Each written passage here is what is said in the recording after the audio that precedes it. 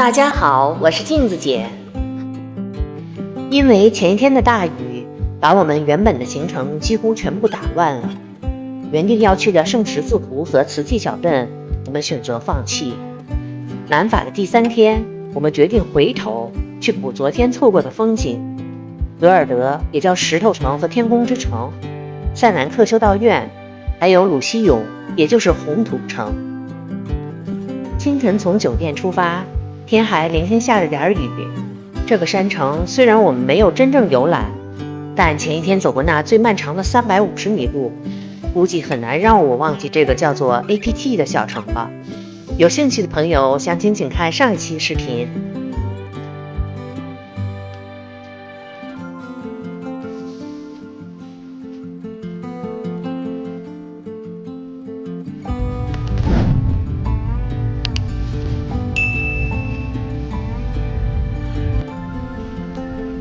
我们先在路边一家评分很高的面包房吃了早餐，面包的确很香，所以走之前我又买了几个甜点上路。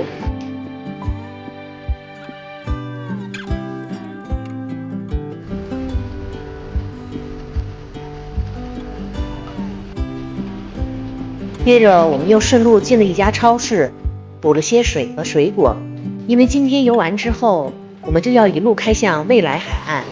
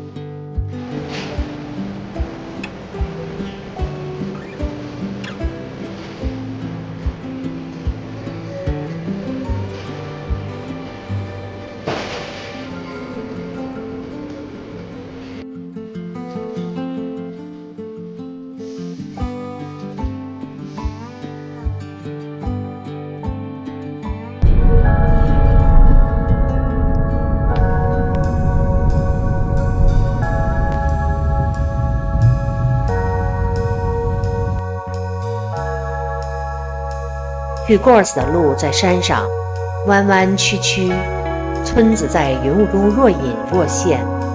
盘山公路的曲折，仿佛是我们这一天冒险之旅的预告。有兴趣的朋友，请看详情的第1期《山路险，人心暖》。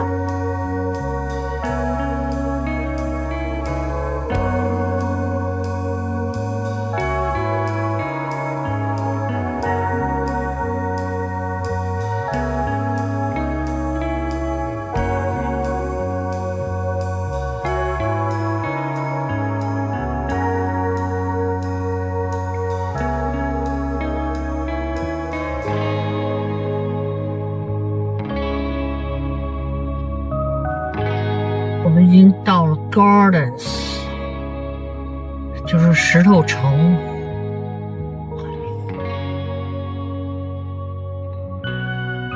法文好像翻译是 Gord， 没有翻译好像 Gord。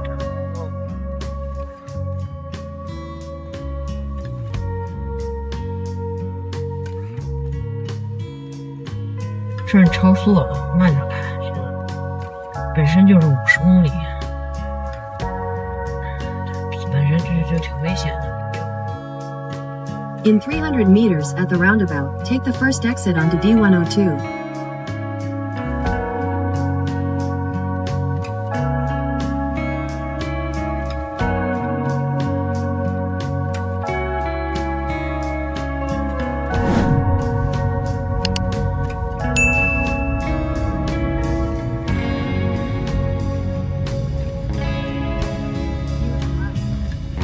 到了这座建在山顶的天空之城格尔德，转了一圈后，终于等到了一个停车位，把车就停在了城堡下的小停车场。雾已经散去，天光仍有些阴沉，让这座石头城显得格外沉默而肃穆，仿佛电影里的中世纪城堡。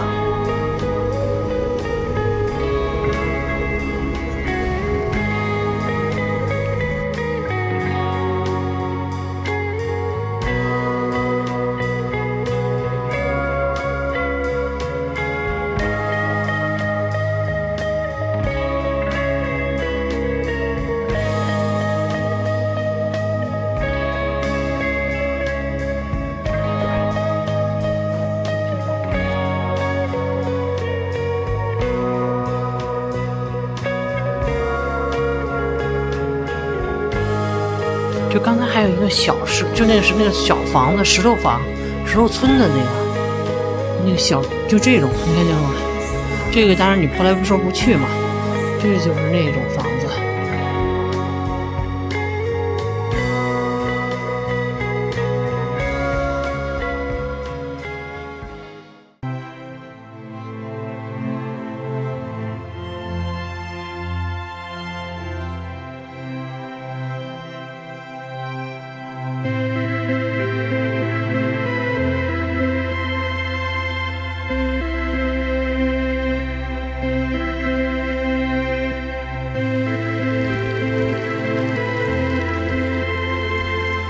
走进小巷，风有点冷，但我们的心是热的。除了那些厚重的石头，我还有一个有趣的发现，很多建筑物上都有着猫咪的画像。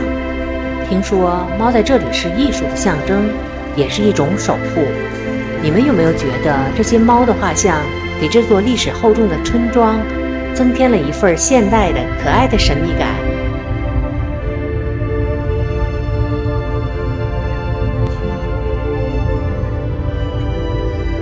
你知道吗？ Gorse 是普罗旺斯最具代表性的山顶石头村之一。早在罗马时代就有人定居，因为地势险要，这里在历史上一直是防御要塞。它不仅是一座古老的防御堡垒，也是一个浴火重生的殉难之城。因为在二战期间，它曾是法国抵抗运动的重要据点。因为如此，它遭受了德军的报复性轰炸和破坏，付出了惨重的代价。战后，这座小镇被授予了法国的战争荣誉勋章，而它也开始了重建之路。有趣的是，让 Gorse 真正重焕生机的是艺术。二战结束后，很多知名的艺术家被村庄的矿物质美感和废墟般的氛围所吸引，纷纷开始到这里定居和创作。正是因为这些艺术家的到来，为 Gorse 注入了新的生命力，并开始了对这些古老石屋的修复和复兴，才有了今天我们看到的这座充满艺术气息和历史厚度的石头城。你们有没有觉得这阴沉的天气反而成就了石头城的厚重，也让我们更期待转型后的普罗旺斯？接着我们就去下一站塞南克修道院。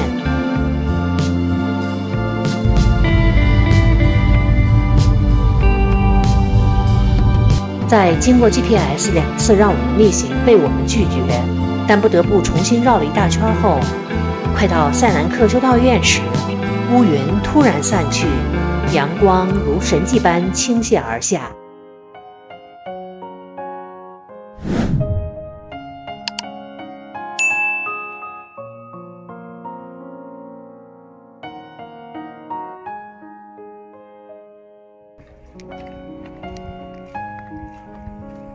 这全是薰衣草，这就修道院了，这就是修道院。你说修道院墙底下这个薰衣草都挺整齐的。你看，尽管薰衣草季节已过，没有了那层浪漫的紫色外衣，但阳光下，这座建于1148年的西多会修道院，在金色的阳光下依然美得庄严而又宁静，有一种剥离了繁华装饰的肃穆而永恒的美。西多会的修士，他们遵循祈祷与劳作的原则，生活极其简朴，不追求装饰。修道院周围的薰衣草田其实是僧侣们自种自采，用来维持生活开销的。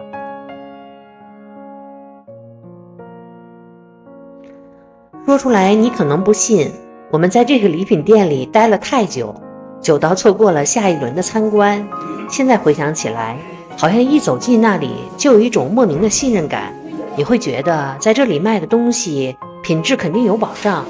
这种没来由的迷信让我们心甘情愿地贡献了钱包，也贡献了时间。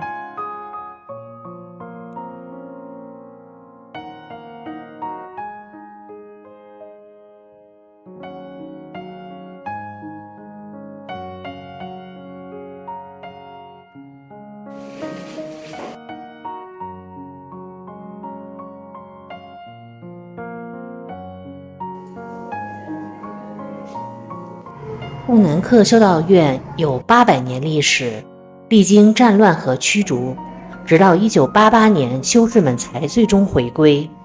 他们以种植薰衣草和养蜂为生，这种自给自足的品质和秩序感甚至延伸到了他们经营的礼品店。据说修道院的设计严格遵循象征意义，教堂朝向东方，象征光明；修士宿舍在北边，代表清平。连窗户的形状都尽量让阳光以安静的方式进入。因为赶时间，我们只好错过1个小时以后的下一轮参观，留下了一点遗憾。但值得一提的是，塞南克修道院的厕所是我们在法国遇到过的最干净、最好的免费公共厕所。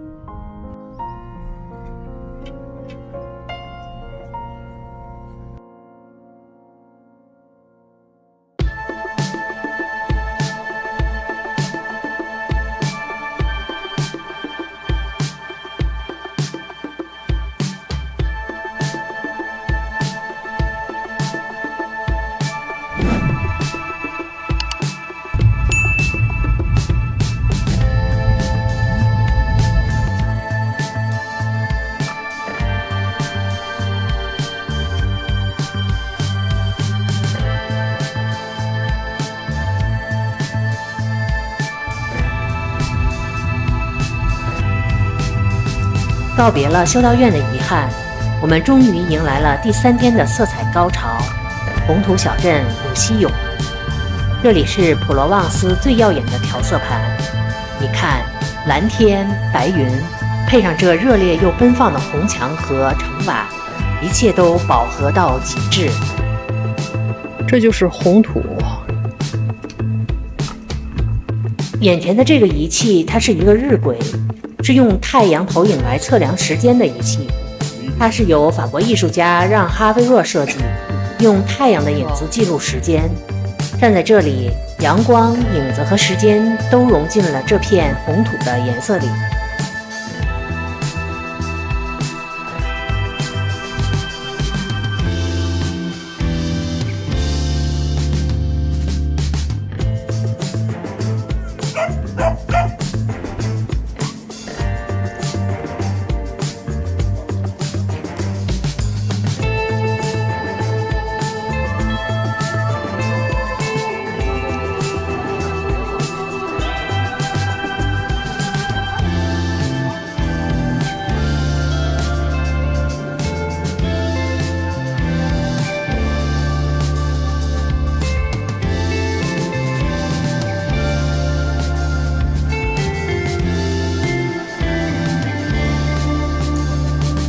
到了小镇，我们第一件事就是找家饭馆吃午饭。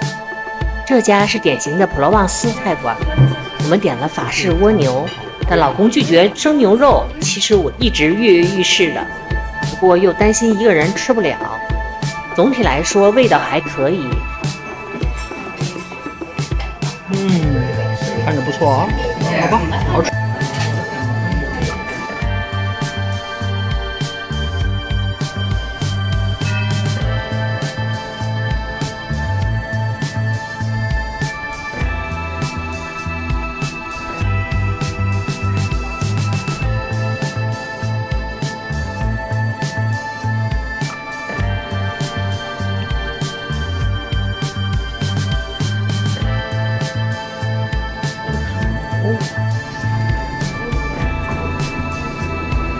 这薰衣草5块钱。嗯，你可以进去看看呗。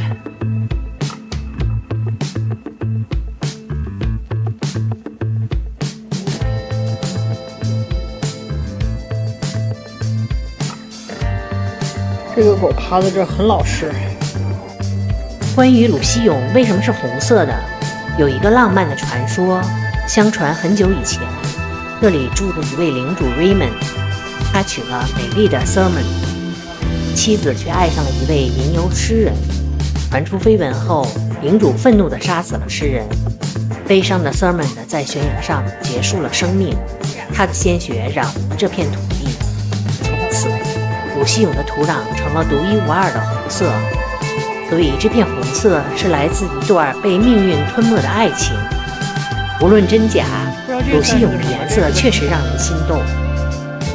但是真实的版本是，鲁西永的红色其实来自丰富的氧化铁矿赭石。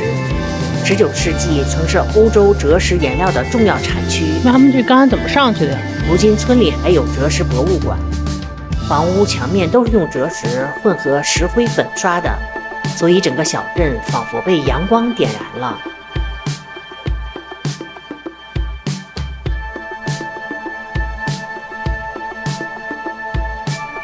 就是红土呗，他们就是靠这些红土盖的房，反正就是说这些房子虽然哪怕是石头的，他们是不是用这个红土染的颜色呀？当然了，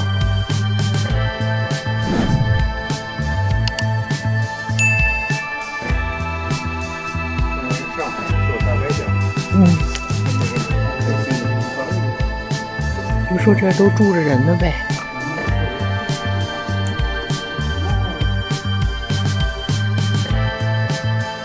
这几个人是游客吗？看他们进这里边也不一定哈。进去吧。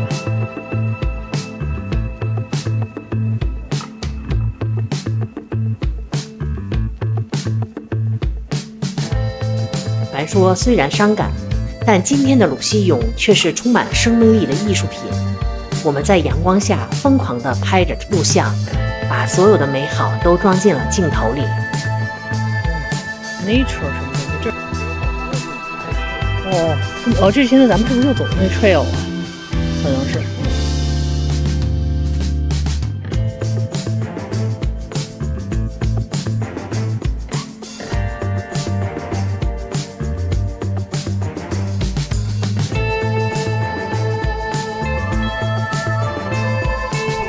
这还是人家还有个游泳池呢，看见了吗？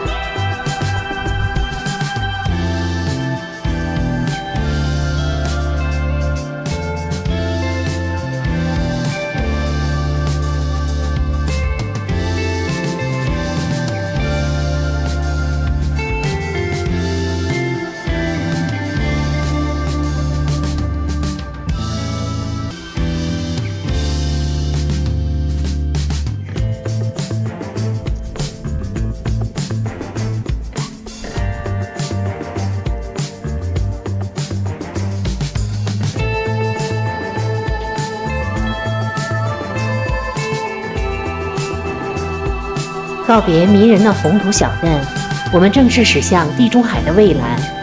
从山城的厚重到海岸的轻盈，南法的多样性在这一天里展现得淋漓尽致。尼斯，我们来了！